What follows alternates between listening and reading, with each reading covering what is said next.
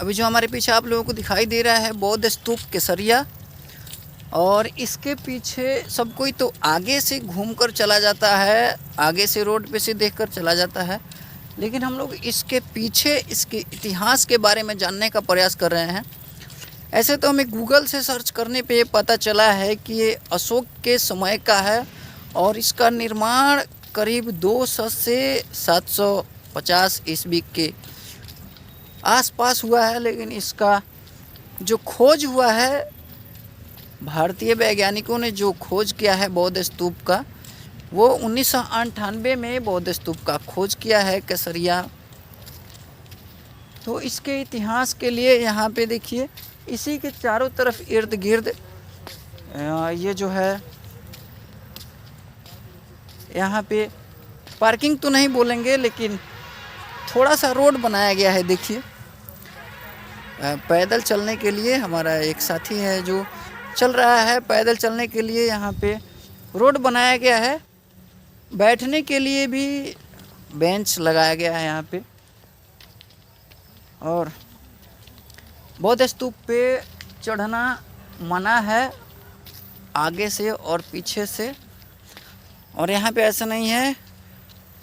हमारे पीछे जो यहाँ के निरीक्षक होमगार्ड है वो भी तैनात है इस बौद्ध स्तूप को देख रेख करने के लिए।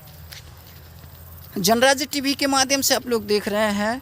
हम लोग कुछ काम के लिए आए थे केसरिया में, इसकी वजह से कैमरा और माइक नहीं लाए हैं, आईडी कार्ड भी नहीं लाए हैं, अपने मोबाइल से वीडियो शूट कर रहे हैं यहाँ पे। और मैं फिर से बता दूं आप लोगों का कि इसका इतिहास बहुत पुराना है।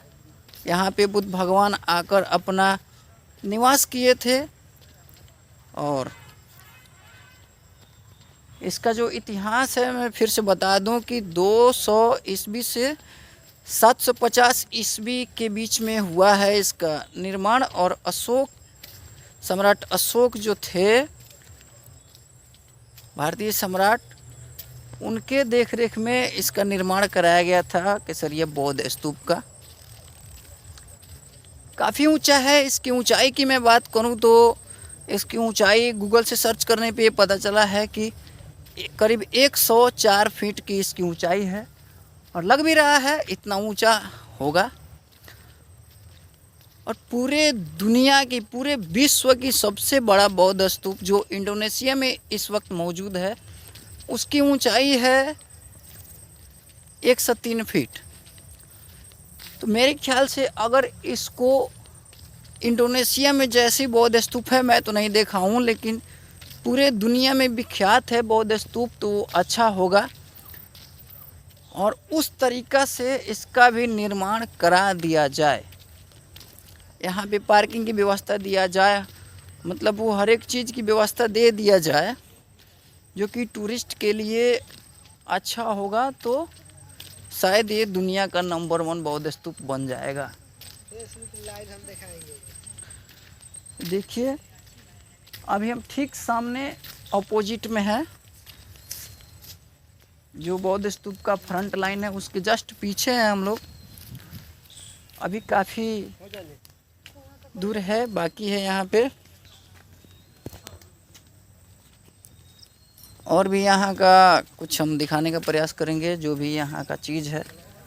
और हम भी आज पहली बार बौद्ध स्तूप में घुसे हैं। चलिए इधर देख लेते हैं क्या क्या है। एक इधर हम लोगों को घर दिखाई दिया। और हाँ, एक बात और है, यहाँ का जो ईंट है ना, ईंट है वो भी वैसा ही है, केसरिया रंग का है ये। और जो मिट्टी है ये भी लाल है, देखिए। और ये ईंट का बुरादा यहाँ पे रखा हुआ है, लाल ईंट का, शायद लाल मिट्टी से ही बना है। और लाल मिट्टी यहाँ पे नहीं पाया जाता है, लाल मिट्टी पुणे, महाराष्ट्र और साउथ में पाया जाता है। और भी दिखाएंगे, एक बरगद का पेड़ भी है, बहुत ही शानदार, बहुत ही अच्छा। और इसमें देखते हैं कि इस घर में आखिर है क्या, कुछ आदमी के बैठने के लिए यहाँ पे ऑफिसर लोगों को बैठने के लिए भी जगह है कि नहीं। लेकिन सबसे एक ख़राब बात है, एक बुरा बात है कि इतना जगह है, इतना ऐतिहासिक जगह है, टूरिस्ट पैलेस है। सबसे पहले ऐतिहासिक जगह को बचाना हमारा कर्तव्य है। हाँ, टॉयलेट है ये, देखिए टॉयलेट है। और कमाल की बात यह है, एक खुला है, एक में ताला लगा हुआ है और एक और खुला है। ये है, व्यवस्था कराया गया है, लेकिन इसमें जो भी फंड आता होगा वो तो काफ़ी हद तक इसमें घोटाला हो जाता होगा। लेकिन ऐतिहासिक जगह है और ये सारा का सारा जितना भी झाड़ी है बौद्ध स्तूप के ऊपर, ग्राउंड के ऊपर, उस झाड़ी को ख़त्म कर देना चाहिए, कटवा देना चाहिए। और वहाँ पे जो ये ईंट है, ईंट लगाकर और इस बौद्ध स्तूप को, ऐतिहासिक बौद्ध स्तूप को सुरक्षित करना चाहिए। एक और भी मैं दिखाऊंगा कैसे ये ख़त्म होते जा रहा है बौद्ध स्तूप। ऐतिहासिक जगह अगर इसका रख रखाव सही से नहीं किया गया तो ये ख़त्म हो जाएगा। जितना चीज़ है इसका सब गिर रहा है, बारिश में भी गिर रहा है, ख़त्म होकर भी गिर रहा है। देखिए ये जो है, ये सारा का सारा जो ये दीवार है, इस मिट्टी को रोकने के लिए ये सारा जब ख़त्म हो जाएगा, जब ये ख़त्म हो जाएगा तो आखिर ये कैसे बचेगा बौद्ध स्तूप? बौद्ध स्तूप का इतिहास कैसे बचेगा? आप लोग तक अगर ये वीडियो पहुँचे तो इसे इतना शेयर कीजिएगा कि ये गवर्नमेंट तक दिखाई दे। देखिए जब यहाँ से दीवार ही नहीं रहेगा तो मिट्टी सारा नीचे आ जाएगा। मिट्टी नीचे आने के बाद क्या होगा आप लोग खुद सोच सकते हैं। देखिए जब अशोककालीन, सम्राट अशोककालीन के समय में ये बनवाया गया था तो कितना सुंदर और सुशील था।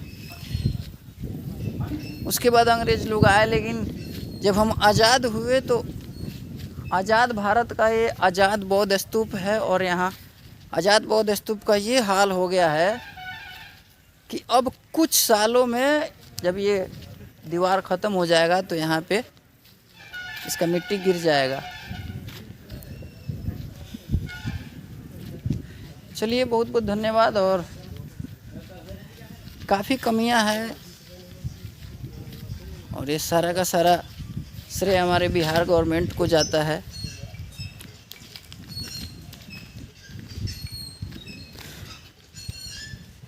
बैठने के लिए, और यहाँ पे एक मंदिर भी है, एक बरगद का पेड़ भी है बहुत ही खूबसूरत आराम करने के लिए। पीछे एक मंदिर भी है। लेकिन मेरे ख्याल से आने वाले कुछ सालों में शायद अगर इसका रख रखाव सही से गवर्नमेंट के द्वारा नहीं किया गया, यहाँ के ग्रामीणों के द्वारा नहीं किया गया, हिंदुस्तान के देशवासियों के द्वारा नहीं किया गया, तो शायद इस बौद्ध स्तूप का सिर्फ इतिहास के पन्नों में नाम रह जाएगा कि सर ये बौद्ध स्तूप था, लेकिन धरातल पे नहीं रहेगा। धरातल से ये बौद्ध स्तूप का अस्तित्व मिट जाएगा, जहाँ तक मेरा ख्याल है। क्योंकि इसका जो दीवार है, इसकी बाउंड्री की जो दीवार है वो काफ़ी ख़त्म हो चुकी है इस वक्त। और बिहार गवर्नमेंट को इस पे ध्यान देना चाहिए। जब ये से गूगल से सर्च करने पे ये पता लग रहा है कि 200 ईस्वी से 750 ईस्वी तक इसका निर्माण हुआ था और बनकर ये तैयार हुआ था बौद्ध स्तूप। अभी 2000 ईस्वी चल रहा है, 2023। इतने सालों में ये अभी तक सुरक्षित था, लेकिन जब से भारत आज़ाद हुआ तो आज़ाद भारत का ये आज़ाद बौद्ध स्तूप है, जो कि इस हाल में है, इस स्थिति में है। इसका ये बुरा हाल हो गया है, झाड़ियाँ इस पे जम चुकी है। इसका जो दीवार है रख रखाव के लिए देखिए कैसे, जब इसका निर्माण किया गया था तो कैसे इसको विधिवत सजाया गया था।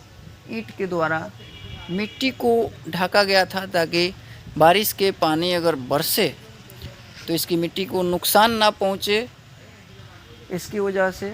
लेकिन जिस तरह से जो इसका ईंट है वो गलकर नीचे गिरा है और इसका रख रखाव के लिए सरकार इस पे ध्यान नहीं दे रही है, यहाँ की ग्रामीण जनता ध्यान नहीं दे रहे हैं, तो कुछ ही सालों में इसका अस्तित्व धीरे धीरे ख़त्म होने लगेगा। अगर ये वीडियो आप लोग तक पहुँचे तो ज़्यादा से ज़्यादा शेयर कीजिएगा। तब तक के लिए बने रहिए जनराज्य TV.com के साथ। Thank you.